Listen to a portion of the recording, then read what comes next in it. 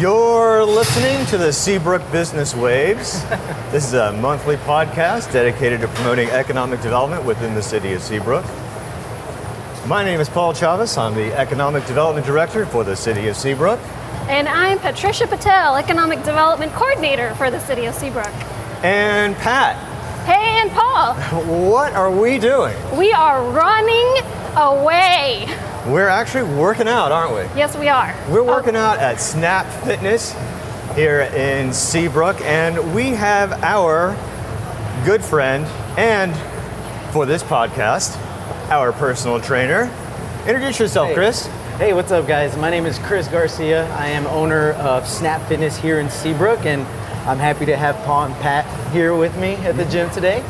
So as you can probably hear, we are working out here at Snap Fitness. We're on a treadmill. Yeah, seriously. And we're working out here. Oh, yeah. But the main reason why we're here and working out, not only for our health, but also Chris has started an amazing, I guess you would call it a vlog? Yeah, it's like a small, I call it a small business highlight series. The Small Business Highlight Series. It's an amazing series of videos that he will post, and he highlights a lot of the local businesses that are in Seabrook. We thought it would be a great idea to visit Chris at his location here in Seabrook, get to know a little bit more about him and the vlog series that he has focusing on our local business community. So before we get started, please, let's talk about Snap Fitness. Chris, give us a little bit of a history about how it all started and how we got here today. Yeah, man. On the treadmill. Yeah, on the treadmills. Yeah, well, hopefully none of us trip on these, so we'll keep it going. So Snap Fitness is a global franchise, actually just celebrated 20 years globally, and we've actually been here supporting the Seabrook community since 2008. I myself have been here since 2017, and I've owned it since 2020, literally right before COVID hit. So that's just kind of being able that we're still here, expanded our facility since then, kind of shows the tribute of how of an awesome community we have within Seabrook, because they're the only reason that we're here right now. Oh yeah. But yeah, so since then, we've been here since 2008. We recently, about 2 years, expanded from 3,200 square feet to 10,000 square feet, is what you see today. So now, I remember when you guys expanded, you guys were located in the same shopping center, which is Lakeside Shopping Center. Lakeside Shopping Center. But you were on the other side of the shopping center, right? I was, yeah. Okay. We were out in the front. We did have a lot more exposure, but we didn't have anywhere to grow there. So I had to kind of take a leap of faith and go and, believe in the support system that we have in Seabrook, and took a spot here that is 10,000 square feet, but we're on the back side of the shopping center. So we don't have much storefront, as y'all can tell when y'all got here. But we get a lot of word of mouth and a lot of people that check our Facebook, Instagram, and our online to see exactly where we're at. I see. We expanded to 10,000 square feet. With that, I've added over 30 new pieces of equipment, a functional turf area, a brand new restrooms and showers that we built, and then we're constantly maintaining everything to making sure it's up to par and quality with all of our members. Even though you're on the back side, like you're behind the frontage, so when you see Lakeside, you may not see Snap Fitness, but when you go around to the back, you'll see all the cars. And while we're while we're walking, man. I'm breaking a sweat, dude. You okay, Chris? Do you need to take a break? I'm good. All right. You'll notice all the cars, and as we've been doing this, we've seen people come in and out constantly. So people know where you are. Absolutely. That's awesome. Yeah. For our listeners, we need to provide the location of Snap Fitness. Yeah. It's at 2900 NASA Parkway, Suite 430. 430, And so if you can't find us, our Google Maps show you, I posted videos on our Instagram, but we're in that one street right where the Hampton Inn is. You could take a left if you're coming from 45. So if you take a left, there's a street right there, and we're right next to Athena's Corner.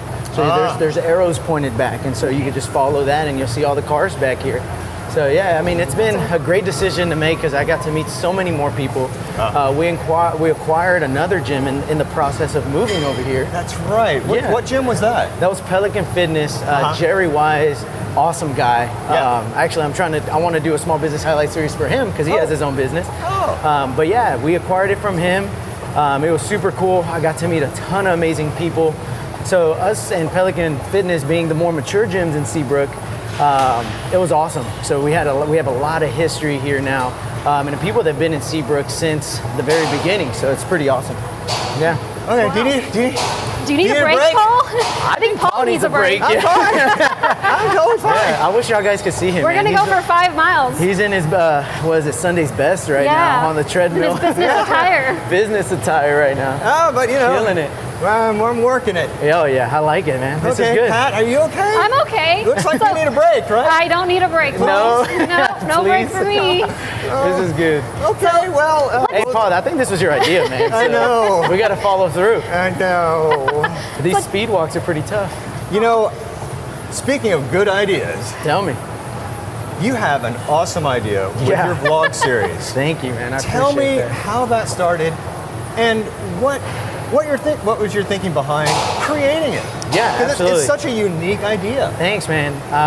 Well, I mean, any small business owner can attest to this, that it's hard starting your own business. Yeah. Yes. And my biggest thing was being able to follow through and give people exposure to their small businesses. Exposure leads to more development, more growth, and eventually succeeding in the business industry. But yeah, I initially started it off with really wanting to highlight our partnerships that I have with Snap Fitness. So being the Healthy Crave, Cross Collar Brazilian Jiu-Jitsu, Coastal Chiropractic, and so many more others that my members get a discount there and their members get a discount here. Okay. So I started off doing that. That was my first 4, 5, 6 episodes. And then I saw, well, dude, these guys are benefiting a ton. They're getting a lot of traction. Like, why can't I do this for all the businesses in Seabrook? And so that's when I decided to make the decision and moving forward and highlighting all local small businesses. And my goal is to try to give exposure to them and show people what amazing businesses Seabrook has to offer. It's an amazing place. I'm lucky to experience it myself. So why can't we? Everybody can win, right? That's a great idea, and it's called the Small Business Highlight Series. Small Business Highlight on Series. your Facebook. I share it on my Facebook. I share it on our Instagram, and our Facebook is Snap Fitness Seabrook TX. Same thing on our Instagram. And a big thing is I like to share it on our local Seabrook pages. The Talk of Seabrook, Seabrook neighborhood page, and it's really cool.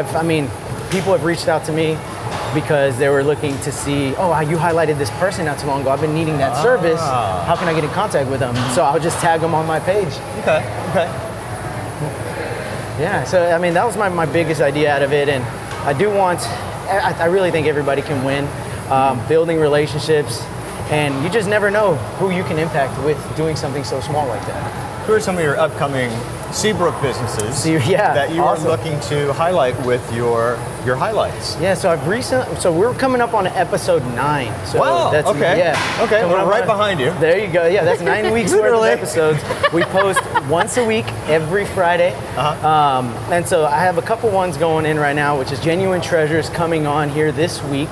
Then the week after that, we have a local business owned called Coastal Junk Removal. Okay. And then we're looking to get Zane's Barbecue, Donald's Donuts. Oh, wow. Yeah, man. Donald's Donuts. Yeah. And Snap Fitness. We all can win. Yeah, we all can win. Okay. Yeah, and then I do want to do El Lago Coffee Company. I'm talking to John, the owner, currently, so we're just trying to schedule something for it. Okay. Yeah. Oh, I love it. Yeah, and I've actually, the Genuine Treasures, they actually reached out to me, asked how they can jump on to the highlight series. So definitely, hopefully we can put them and highlight them and just give them a little bit more exposure. Okay. Wow. Well, Chris, you're looking a little winded. Thank you. So, Yeah. we'll go easy on you now. I appreciate that. Do we have any other additional questions for Chris? So Chris, what's your main takeaway from starting the video blog and interviewing all the businesses you've interviewed so far? So far, is that everybody's so sweet. Everybody wants the same thing for each other. Everybody wants to help each other out, and they just don't know kind of where that hub is. So I want to be that hub to be able to help local businesses reach out, help each other, and just continue to grow. Okay. Wow, that sounds really great. All right, well. I guess we're running out of time. Yeah, or breath, I'm one of those two. running out of time. We've been on this thing for a minute. How far have I gone? Too far. Okay. Yeah. About half a mile, man. That's not too bad. That's not too bad. That's the longest he's walked. I don't think I've walked in those shoes. We're just breaking in his nice shoes. So that's what it is. All right. Well, thank you so much for this amazing workout. Thank you, man. You have an amazing place. We're so happy you're here in Seabrook, and wanted to take a minute to say thank you to all of our listeners. And Pat, let's get off the treadmill and continue with the rest of the podcast. Okay, sounds good. Thank you. Thank you, guys. Chris. Thank you, Chris. Appreciate y'all for having me. Thank you. Hey, Pat. Hey, Paul. How you doing? I'm doing great. Wow. I'm a little winded. Wow. After that run? Yeah. God, I'm feeling energized. Wow. I'm feeling invigorated. Wow. I want to open You my want own to sign business. up for a half marathon? No, but I do want to open my own business. Okay. And, or at least I feel inspired to. Uh-huh. Don't tell Gail I want to open my own business. I feel inspired to open my own business. But there's a lot of misconceptions about, especially in the restaurant industry, how you start up a restaurant and it fails quickly. There's a high failure rate, or at least it's thought to be that way. Right. But you were telling me the other day about a book you read. Right. And I happened to read the same book. Wow. What's it called? It's called Restaurant Success by the Numbers by Roger Fields. Oh, and it's a second edition of that book. You read the second edition? Yeah. Okay. He's a CPA. Yeah. Yeah. He's a CPA to restaurateurs on both coasts. Did you read it? I did. Okay. Yeah. Yeah. I read that too. And that was part of my inspiration from listening to Chris talk about, the entrepreneurial spirit that he's got and how he reaches out to the business community. But this particular book I found very interesting from that perspective of opening your own restaurant. Roger Fields' writing style, I find it to be very friendly. It's very practical writing. It's not about like me, ego, like the other book we read. I'm looking at you, Hangry. This is more about like, these are my practical experiences, and here are some of my clients. This is their experiences with operating a successful restaurant. He starts off addressing the commonly held belief that 90% of all restaurants fail within the first year of business, and that's something that we were just chit-chatting about. Right. But Roger claims that's not true.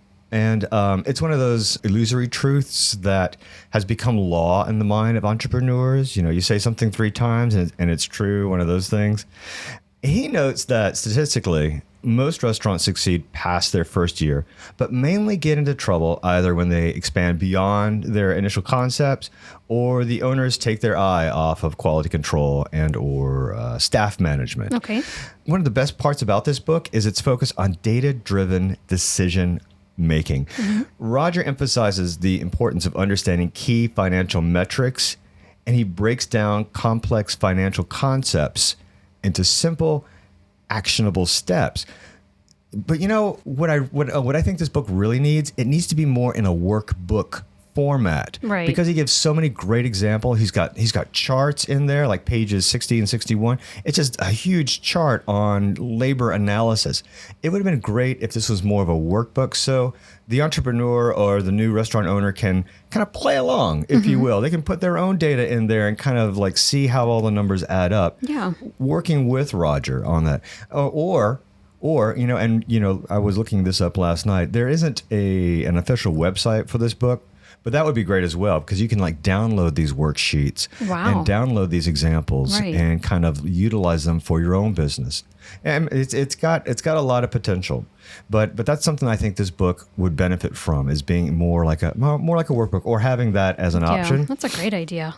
And another thing about this particular book that I think needs to be addressed is that it was published in 2007. And the book that you and I read is the second edition from 2014. But a lot has happened since 2014. I had a couple of birthdays. Wow. Oh, okay. You missed them. Oh, sorry. Yeah. Yeah. Well, happy belated birthday. And, you still can get me gift cards and stuff. Okay. They're on the way. Yeah, are they? Yep. Okay. Yep. Actually, I got you a book. You got me a book. I got you this book. What? Yep. Happy birthday. Anyway, so a lot's happened since 2014. The pandemic, that was a big one. There's the continued evolution of technology in the hands of customers and with online food delivery platforms. And you know what? We were at the Ion building in downtown Houston. What was that thing that we saw in the lobby? It was a food pod. or food delivery pod. Tell me, yeah, what was it? It was that? where I guess DoorDash or Uber Eats comes in into the building and just places the food that people order into a locker type box, like a pod. Yeah, and then I guess you get a notification. Yeah. That it's in your locker. That your food is ready to be picked up. Yeah. That's such a cool idea. Yeah. It's very hands off, kind of a thing, but also like I'll go pick it up when I need to. Stuff like that. That kind of technology has evolved a lot since 2014, and that kind of an update would have been great for like a 3rd edition or maybe the online edition or something like that, because so much has changed on the technology side of things, not only from the consumer side, but also from the business side when it comes to data analytics and data decision making. Using that process with your decision making on ordering supplies and keeping everything up to date. But yeah, like I said, his writing style is very approachable. It's very engaging. It's not all about the ego. Right. And I like that about this particular business book. I think it's very worthwhile for restaurateurs, entrepreneurs, even if you're a seasoned restaurateur. I think you would benefit from kind of reading through this book and flipping through it. It's one of those books that you don't have to read from cover to cover. You can like open it anywhere and get a little bit of good information out of it, I agree. I would give this 4 out of 5 croissants. Wow, croissants. Yeah. And it's docked a croissant because it's a little outdated. Okay. And there's nothing online anywhere, that he addresses some of these new trends. Okay. What about you? What was your thoughts on this? I mean, I enjoyed reading through the book as well. It's a very similar critique as yours. So this book apparently starts off with one of the most important decisions you'll have to make about your restaurant. It's all about the concept. And so I like that. It says in the book, it's like no amount of business savvy and management skills can overcome the wrong concept in the wrong location. So I was all about the concept of, I think whatever your concept is what sells. Right? Yeah. So I still love my concept. What's your concept? Putting the donut shop next to the gym. Snap Fitness would love that. I know. I was going to mention that to him. You know what? You should open a donut shop and then have that oven, have the exhaust from the oven go into the gym. Wow. You know what? So you work out. You deserve a donut or two. Aww. You did a good thing. We should go back to Snap and tell him that. Yeah. So concept sells. Matters. Yeah. So again, I agree with you. The book's more of a guide, as literally the title states, and it's to help those who are interested in starting their own restaurant or have their own restaurant and need additional guidance on starting or thinking outside the box or envisioning maybe a new concept or even a new menu. Changing things up. So I think this would be a great read for small businesses and definitely our small restaurants here in Seabrook. I think it's a great read. Not only would this be helpful in the restaurant industry, but also in retail businesses and other types of businesses. Take, for example, how the book mentions how important location of a business is, right? Oh, yeah. So in chapter 4, where it's about location, the author, Roger Fields, he mentions one of his clients, Danny Sterling, as one of the business partners of Dobbs Ferry Restaurant in San Francisco. They're looking up for a restaurant space without, additional cost of purchasing equipment and furniture of a previous business that was in that location, which was closing down. They didn't want to purchase the equipment and furniture since that didn't work out for their budget. So Danny and his team instead chose to wait and focus on finding a different location instead. They knew the type of neighborhood that best fit their restaurant concept, and they learned how to be patient and wait. So the most important thing they did was research on what met their demographic profile and wait for another space that meets their criteria, such as like site visibility, traffic patterns, access to utilities, and, their demographic, like neighborhood. Right. So I do like how this book makes you think as a business owner. If you've already have a restaurant, what can you do differently? That's my perspective. If it makes you reflect on what you already have, for example, in design and ambiance, to what you can tweak to attract new customers. Because eating's not just about food, it's also about the whole dining experience. That's right. Is it casual? Is it light and fun? Or is it a candlelight dinner? Is it? Ooh la la. Hello, ladies. Candles everywhere. All right. Can't see my food. Is it one of those experiences that you put on a full show where they make their, your meal right in front of you? It's entertainment at that point. What's the music like inside the restaurant? What are the pictures on the walls, right? How are the tables and chairs set up? Right. What are the tablecloths like? Tables, napkins, chairs, dinnerware, glassware, utensils, all of those details matter. And so the book goes through some of those things of what you can change up, because we as customers, we notice these things as well when we go out to eat. Yeah, Pat and I are really attuned to these kind of things, especially because, well, by our nature, from what we do, we eat out a lot. Right. And there's a lot of restaurants out there where we're like, oh man, this was leftover from a leftover from a leftover. Not the food, but the decor and the ambiance. Right. Or when you look up, you're like, those ceiling tiles are starting looking kind of saggy and they're kind of falling down. Yeah. What can be renovated, right? So we recently noticed like a Thai restaurant, right? They changed their tablecloths. That's right, yeah. Yeah. Yeah. And, we found out later on they had new management. That's right, yeah. It's like things like that that matters. So as you read along the book, it makes you just think, how can you change things up? And that's the great thing about Roger Fields. Sorry, I almost said Shields. Roger Fields, he pulls in a lot of examples from his clients, not just his own experiences, like the Dobbs Ferry one. That's a great example. And when we looked up Dobbs Ferry, it's funny because that's a New York location, but it's a San Francisco restaurant. Right. I'm like, okay. And they found a spot north of the Mission District. So that's a really hot area for restaurants and new businesses and so on. So it was interesting that they knew they wanted to be in that general area and they were just waiting for an open spot without the furniture, fixtures, and equipment, FF&E. And so you're right. This book has a lot of those kind of practical comments and practical examples. Right, which I like.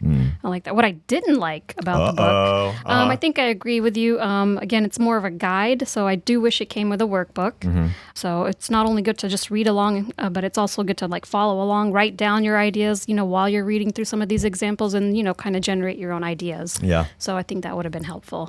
So yeah, I do give it 4 out of 5 croissants. Okay. Oui. Well, if any of our listeners are interested in obtaining a copy that Pat and I have read through, are your notes in here? Yeah, you got a couple things bookmarked. Why don't you send us a comment or a comment on this podcast, and we will choose a random winner, and we'll send you a copy of the book that we read here called Restaurant Success by the Numbers. It's written by Roger Fields, CPA, and this is going to be the 2nd edition. So there you go. Very good. Send us a comment and let us know your thoughts and on wanting to see a copy, and we'll mail it out to you. In the meantime, let's talk about some on-the-ground kind of operations that you've been doing. I've been looking at real estate to highlight. Let's hear about it. All right. All right. So first up, we have 2818 Bayport Boulevard. Okay. That is for sale. It's commercial land. That's right after the McDonald's and right before the pawn shop. On 146? On 146. Northbound frontage. Yeah. This was the house.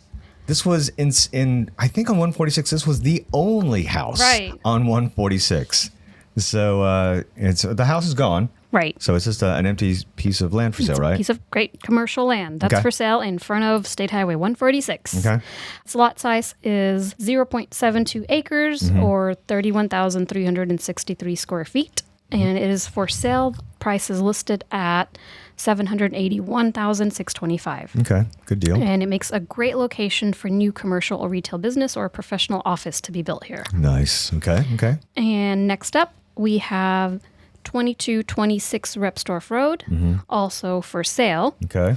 And that's that 2 acres of commercial land that's available right behind the CVS and AutoZone at Repsdorf Circle. Oh, yeah, that's... 2 pad sites, 2 pads. Yeah, it's not on the road, it's behind them. It's behind the CVS So you have and to AutoZone. access it through the town center that's going to be built? The price is listed at $1 million. And... is that $1 million for both pads? Correct. Okay. Correct, 500 each. Okay. Last but not least, we have 2114 Seabrook Circle. That's also for lease. That's for lease. Okay. 2114 For Seabrook Circle. That's the location behind Shipley's Donuts off of State Highway 146. Okay. The cul-de-sac. The cul-de-sac. Yeah. Okay. Right. It's like within walking distance to and from the Towers luxury apartments. Oh, yeah. Yeah. The colonoscopy guy's there. Right. Shipley's Donuts. There's a CrossFit thing there. I know the boat storage is in the back. Right. Okay, yeah, I know that area. Right. Oh, good. Okay, that's a good spot. That is a very good spot. Okay, It's 2,400 square feet.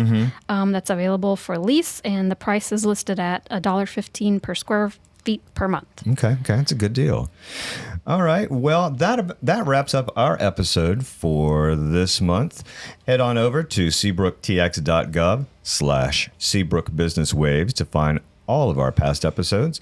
You can jump from there to your favorite podcasting platform so you can listen where you like to listen. And also, please help our podcast by subscribing, hitting that like button, and leaving us a review. It's very much appreciated. Drop us a line at edc@seabrooktx.gov and let us know your thoughts on what we've covered so far and what you would like to hear in upcoming episodes. For now, I'm Paul Chavez, Economic Development Director for the City of Seabrook. And I'm Patricia Patel, Economic Development Coordinator for the City of Seabrook. All right. Have a great afternoon, everybody. Have a great day. Have a great evening. Yeah.